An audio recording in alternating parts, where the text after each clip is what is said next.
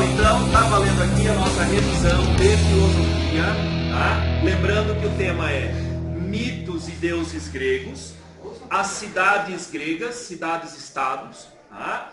Dentro da formação da filosofia grega com os primeiros filósofos conhecidos como pré-socráticos, que também são conhecidos como filósofos físicos, tá? Primeiro elemento que a gente vai ver, o mito e os deuses do Antigo Egito. Lembra que nós conversamos uma aula inteira só sobre a questão de destino. O que é o destino? Destino são as coisas que acontecem com a gente. Dentro da mitologia, como é que os gregos imaginavam? As coisas acontecem porque Deus quer e assim designou. Tá? Então, se Deus assim designou, tá? Ou seja, eu não tenho opção, eu não tenho escolha. Então, eu estou destinado a fazer aquilo. Então os mitos gregos eram o quê? Transmitidos por poetas ambulantes que contavam histórias, recitavam em praças, né, como Homero e Hesíodo, por exemplo. Homero contou a guerra de Troia com os seus deuses, quem que Deus protegia, quem que ele não protegia. Tá? O Hesíodo contou a historinha do Édipo Rei, tá? Aquela historinha do cara que mata o pai e acaba casando com a mãe, sendo o rei de Tebas. Quando ele descobre que ele fez essa burrada, o que acontece? Tira os próprios olhos. Por quê? Então, tudo isso tem um sentido simbólico. Tá? Então, o mito, os deuses heróis, seus feitos, são uma forma remota de crença, seria uma forma até quase que religiosa, mas também é um meio do indivíduo se relacionar com esse sobrenatural. Então o Édipo arranca seus próprios olhos no sentido de se autoflagelar, não pude ver a verdade. Então essa é a lógica da historinha. Então as histórias míticas têm motivo, têm razão. Então o mito não é uma lenda, não é uma irrealidade, né? Mas ela é inventada, ela é criada, né? Não para divertir, mas de certa forma ela é baseada em fatos reais, mas não necessariamente a realidade como foi. Tá? Ou seja, até pode ter havido, como houve guerra entre Atenas, os gregos, e a cidade de Troia, que era na Macedônia. Mas não quer dizer que teve um herói exatamente com esse superpoder, como Aquiles e assim por diante. Mas, dentro de um relato mítico, quem conta um conto, aumenta um ponto. Então, cada um que vai contando para o outro, vai exagerando a força do herói. Tá? Então, essa que é a questão. A filosofia também vai se diferenciar do mito, ou seja, partindo do mito para a filosofia, por causa do elemento preponderante da razão e da lógica. Ou seja, a filosofia vai explicar com motivos do nosso cotidiano, uma lógica, uma racionalidade da realidade como tal, ok? E essas narrativas míticas gregas têm a função de um papel pedagógico, ou seja, era como os mais velhos explicavam a história dos antigos aos mais novos. Lembro que no primeiro período grego não há escola, né? Então, como é que as pessoas mais velhas vão ensinar as mais novas? Através de histórias contadas e faladas, que são esses relatos míticos. Por exemplo, os 12 trabalhos de Hércules. Por que a gente tem que trabalhar? Né? Então, o Hércules também tinha uma tarefa. E assim se vai passando uma ideia contextual. Tá? Então, não é uma historinha apenas. É uma história, né, que traz um contexto, traz uma mensagem.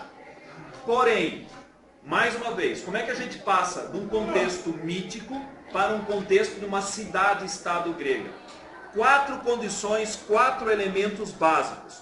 Primeiro, se considera um cidadão da polis, né? Ou seja, começa a se gerar a ideia de que quem mora naquela cidade ou nos seus arredores, que tem agricultura, assim por diante, depende da cidade e essa cidade vai manter uma certa ordem. Tá? Como? Né? Primeiro, esse ao redor da cidade, né, por exemplo, agricultores vão fazer um comércio, vão fazer a feira na cidade. Isso faz com que se gere um sistema econômico e o primeiro elemento físico desse sistema econômico é a moeda. Então a moeda foi criada nessa época como um valor de troca dentro da economia da cidade e comércio com outras cidades. Então você tem um parâmetro econômico comum em termos de moeda, você pode comparar essa moeda com 1 quilo de trigo numa cidade e 1 quilo de cevada na outra cidade. Então você tem uma moeda que pode fazer essa troca, tá? Em termos comerciais. Se não, era o quê? Chamado escambo. Escambo é quando você troca produto por produto, quando não envolve dinheiro. Agora, quando envolve dinheiro, você tem um padrão de comparação. Então, primeiro, a polis, a cidade com cidadãos, com direitos. Segundo, moeda. Terceiro, a escrita, que os gregos vão puxar isso. Desculpa. Os gregos vão puxar isso dos fenícios.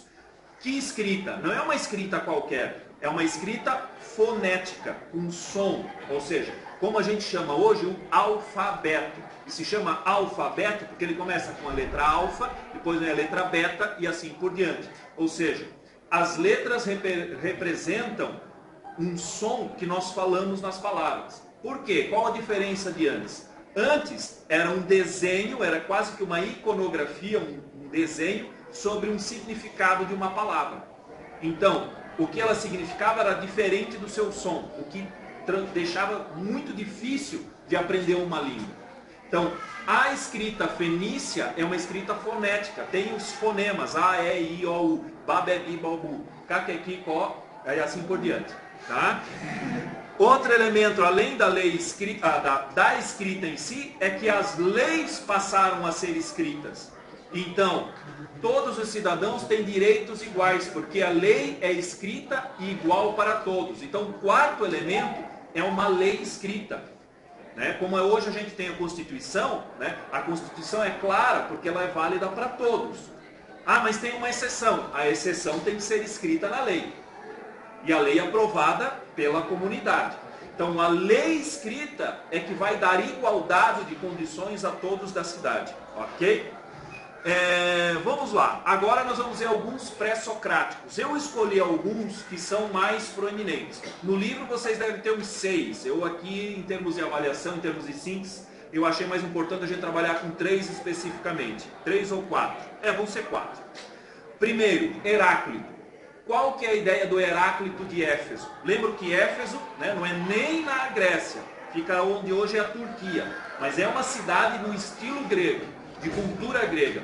O Heráclito, né, ele pegou, de certa forma, os elementos, né, que haviam na natureza e ele quer saber como é que essa natureza funciona. Por isso são pré-socráticos, são chamados filósofos físicos. Tá? Então, o Heráclito, por exemplo, vai dizer: a gente nunca se banha 2 vezes no mesmo rio. Por quê? Porque a água do rio passa. Então, se eu for tomar banho no rio de novo, não é mais com a mesma água. Porque o rio sempre é diferente. O Heráclito também vai dizer que tudo é fluxo e conflito. Todas as coisas estão em movimento. Todo o universo está se movimentando. Ah, mas aquela pedra dali está bem paradinha, paradinha. Bem, a pedra, no meu ponto de vista, está parada. Mas se eu imaginar essa pedra em termos de universo, né, o planeta Terra está em movimento de translação, movimento de rotação ao redor do Sol. Então, não está parada em termos de universo. Ou seja, todas as coisas, animadas e inanimadas, estão em movimento. Estão em permanente movimento, por mais que pareçam paradas. Então o universo inteiro é um grande movimento. Então isso que fala o Heráclito. O universo é um grande movimento de massa. Hoje a gente vai considerar então como massa e energia, né? Mas como energia tudo é fluxo e conflito. Você faz uma barragem, prende a água. O que acontece? Você está guardando energia. A água vai aumentando até o ponto que a barragem não consegue mais segurar. Então ela passa por cima e inunda tudo, como a barragem lá da Samarco em Minas Gerais. Tá? Ou seja, tinha mais energia acumulada do que a quantidade de energia para barrar aquela quantidade de lama e água. Então estava muito chuvoso lá realmente, aí rompeu tudo e aí levou tudo embora. Ou seja, o nosso princípio de eletricidade hidrelétrica hoje é esse. Você acumula água e na força gravitacional da água que vai saindo, vai mexendo uma turbina. Então é energia acumulada. O Heráclito tem esse princípio. Tudo é movimento, por mais parado que pareça. mas tudo guarda em si uma quantidade de energia que, em um certo momento, pode expandir, como da pólvora, que pode explodir. Tá? Então Heráclito vai falar isso. Tudo é movimento, tudo é fluxo e conflito. Ninguém toma banho 2 vezes no mesmo rio. Ninguém repete a mesma aula. Tá? Outro que nós vimos também é o Pitágoras. O Pitágoras é um dos primeiros que vai utilizar a palavra filosofia, porque ele não se considerava um sábio, mas sim um amigo do conhecimento. Então o Pitágoras, ele vai trazer esta sabedoria, né, para o povo, para as pessoas, tá? E ele tinha um princípio básico do Pitágoras. E nós conhecemos o Pitágoras, ou vocês conhecem já desde o ensino fundamental, através do seu teorema de Pitágoras. Qual que é o teorema de Pitágoras? É aquele do triângulo, que o triângulo tem uma lógica, tem uma forma de compreender, uma forma matemática e geométrica. E este é o princípio de Pitágoras, a matemática. Nós podemos representar o mundo através da matemática. O mundo todo pode ser representado pela matemática.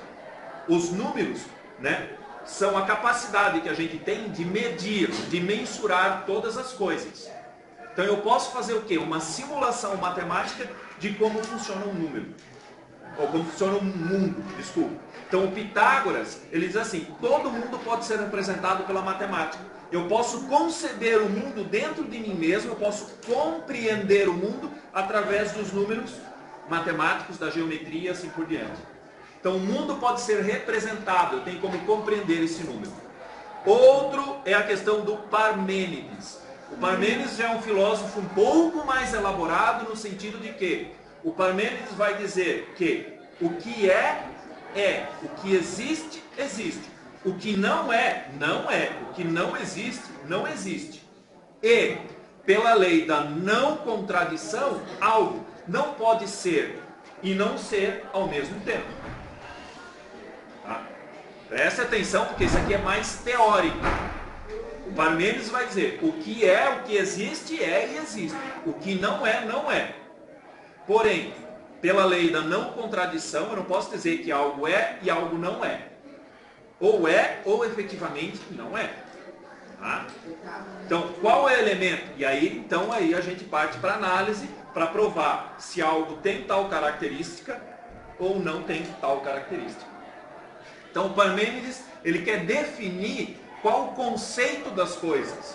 Ou seja, está dizendo, as coisas podem ser conceituadas, nós vamos pôr adjetivos, características, e de acordo com essas características, nós podemos compreender e conceituar as coisas. Tá? Então, eu vou entender matemática porque eu conheço qual que é a quantidade de 2. 2 é 2 dedinhos. Se são 2 dedinhos, 2 são 2. Mas não pode ser 3? Não. Mas então não é mais 2, agora é 3. Tá? Então, o que é, é. O que não é, não é. Não é 2, não é 3. Então nós temos essa compreensão porque eu tenho em mim o conceito de 2. Tenho em mim também o conceito de 3. Então eu sabendo o que é 2, sabendo o que é 3, eu diferencio um de outro. Tá? Então parece ser muito óbvia essa ideia, mas ela tem que ser pré-requisito para a gente formalizar todos os outros conceitos. Ok? Porque senão pode acontecer que nem um outro filósofo chamado Zenão de Eleia, né, que ele vai trabalhar com o que a gente pode chamar que ele chamava em grego como aporia, ou seja, uma dificuldade insolúvel, ou até um paradoxo, né, ou seja, uma coisa que contradiz a si mesmo, tá, que é a questão do princípio das metades. Tá? Vocês lembram da história da metade, da metade, da metade? O que o Zenon vai falar? Que numa corrida entre Aquiles, o mais rápido dos homens, e a tartaruga, né? Aquiles, lembrando, é um personagem mítico lá de Homero, da Guerra de Troia. O Aquiles lutou na Guerra de Troia e morreu na Guerra de Troia. Ele era muito forte, imbatível, o mais rápido e ágil dos homens. Então, o Zenon vai falar, se você largar a tartaruga antes, né? E o Zenon vai querer alcançar a tartaruga, o Zenon nunca vai conseguir alcançar a tartaruga.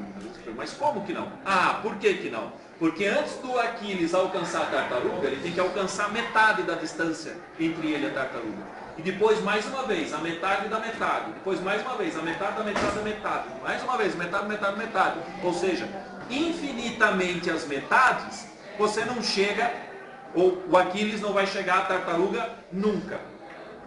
Tá? Porém, a gente sabe que dentro da teoria do movimento, falando sobre a física de hoje, chega sim. Mas o Zenão está pondo aqui um conceito, muito mais um conceito de infinito, do que um conceito físico de movimento. Tá? Então é um paradoxo. A filosofia antiga às vezes até vai comparar isso a uma falácia. O que é uma falácia? É uma mentira, é um argumento enganoso. Tá? Como muitos políticos às vezes fazem. Tá? Então, esses são alguns filósofos que a gente tem que compreender dentro do período pré-socrático, tá? Ou seja, antes de Sócrates, dentro desse conceito de filosofia. Então esse é um resumo, uma síntese daquilo que vai, né, digamos assim, ser o nosso objetivo nesses meses de abril e maio, ok? Obrigado então, pessoal, tá? E até o nosso próximo encontro, bom vídeo para vocês.